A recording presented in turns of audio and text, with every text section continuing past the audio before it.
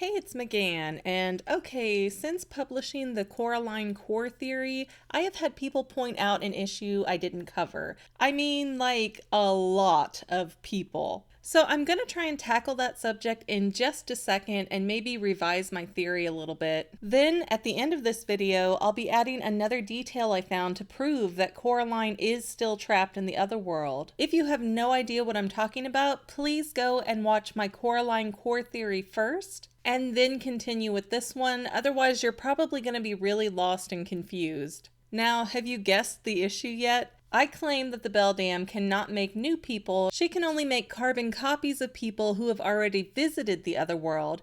If that's true, then why was the town so populated with random people? I grant you, I didn't cover that at all, and I should have, so I apologize. I've had some thoughts on this, but so many different ones that I kind of left it open-ended. But since so many people are so curious as to how I could explain it, let me throw my ideas at you guys and maybe you can tell me what sticks. The most logical explanation in my mind is that there are many ways in and out of the other world. The Black Cat tells us and shows us that this is true. Sure, he seems to imply that the other portals are smaller, but who's to say? There could be bigger ones out there too, right? Since my theory relies heavily on the other world being a multi-leveled system, that means there is a lot of space for a lot of pathways to exist. So for argument's sake, let's say the entryway to a dead-end alley is a poorly placed portal to the other world. What happens if someone accidentally walks through the portal, sees the dead end of the alley, and walks right back out? They arrive and leave quicker than the beldam can grab them.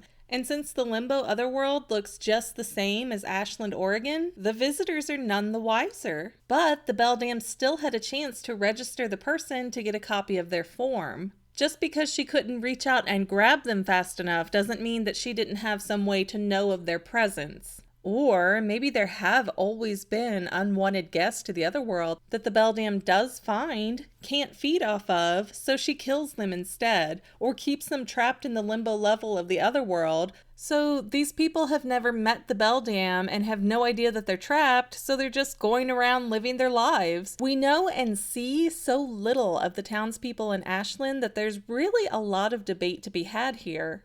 Then I've come up with a third option, and it may in fact be the simplest explanation. If the beldam can see through the button eyes and that's why the doll is effective, then maybe every person that every doll has ever seen is part of the beldam's catalog. That does contradict with what I've said about the beldam only being able to recreate previous visitors to the other world, the carbon copy theory. But I am allowed to evolve and change my theory with new thoughts, and certainly this is one area where it hasn't perfectly reconciled with the rest of the theory. And maybe that's my problem with the theory, is that the beldam does have limitations to her powers, but I've just thought about it in the wrong way before. And if we do go forward with the idea that the doll is how the beldam is getting her carbon copy templates, that actually still works with how the beldam could create a talking picture of Coraline's friends, yet not be able to make life-size copies of those friends. She would have no information on how those friends looked in actual real-life 3D,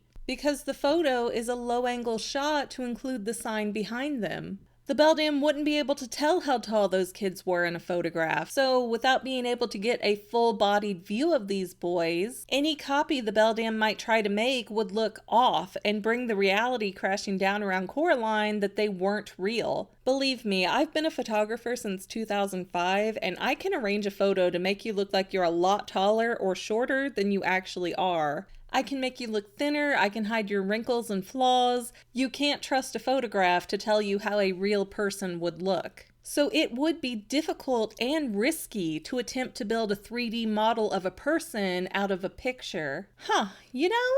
I kind of like how this last explanation works out. It still limits the beldam's power while also justifying the photograph issue. But my other Coraline theories are going in different directions in the future, so I will leave this open-ended-ish so you guys can tell me which theory you think fits best here. Oh, and I did find another bit of evidence that Coraline doesn't get home and is in fact trapped in the Pink Palace limbo. When we start the movie, Coraline wanders up to the well area and passes an abandoned orchard. It's a cool shot, but really it's not something many people have paid much attention to. At least I've yet to notice anyone say anything about the orchard before. And all the trees in that orchard are dead. You might ask, how do you know it's not just winter and the trees are simply barren right now? Oh, because right before Coraline goes that direction, she passes a bush, the one that we later find out is poison oak. Poison oak is green in the spring and summer months, so the bush having orange and yellowed leaves tells us automatically that it's fall. Plus, Coraline's in Oregon, a place that gets extremely cold, so I highly doubt that she'd be outside in a thin raincoat and asking to plant in the garden if the movie started during the winter months. The ground would just simply be too harsh for plants,